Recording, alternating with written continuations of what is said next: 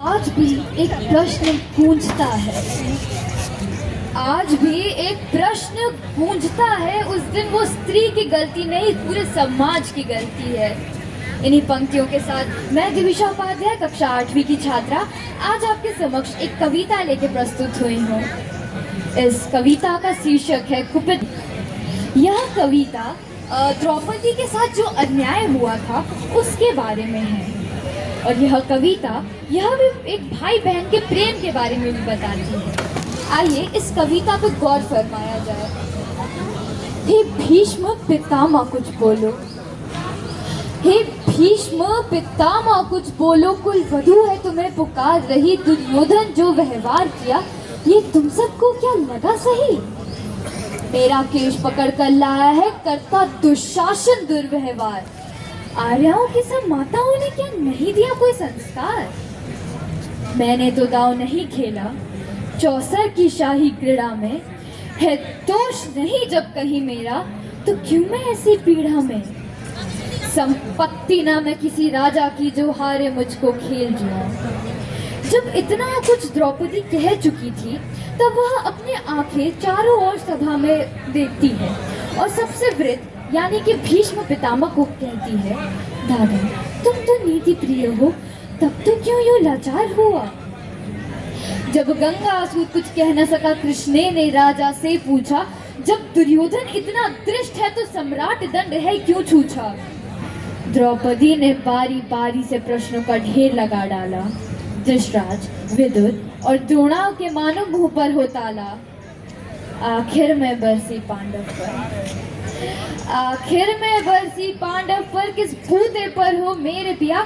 कहो भतारो क्या सूझा मुझको बाजी में लगा दिया?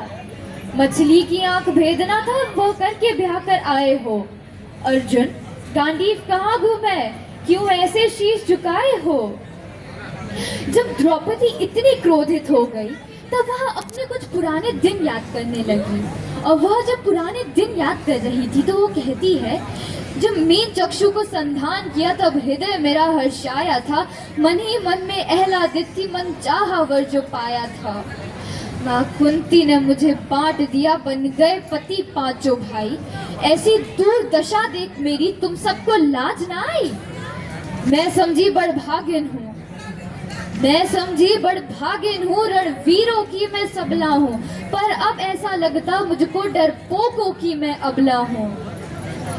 है गदा कहाँ गांडीव कहाँ, है गदा कहाँ गांडीव कहाँ, क्या जंग लगी तलवारों को, सौ सौ धिक्कार तुम्हें मेरा धिक्कार तेरे हथियारों को।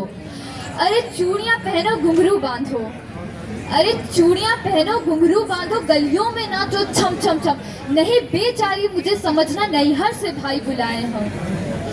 हुआ पांचों का बल शीर तो क्या, हुआ पांचों का बल शीर तो क्या, मेरे कृष्ण अकेले काफी है, उदंड नीच आता ताई को कभी ना देते माफी है। जो पता लगा मेरे वीरण को, जो पता लगा मेरे वीरण को, क्षण भर ना देर लगाएंगे, मेरे वीर कन्हैया नंगे पैर हिरना गति से आएंगे।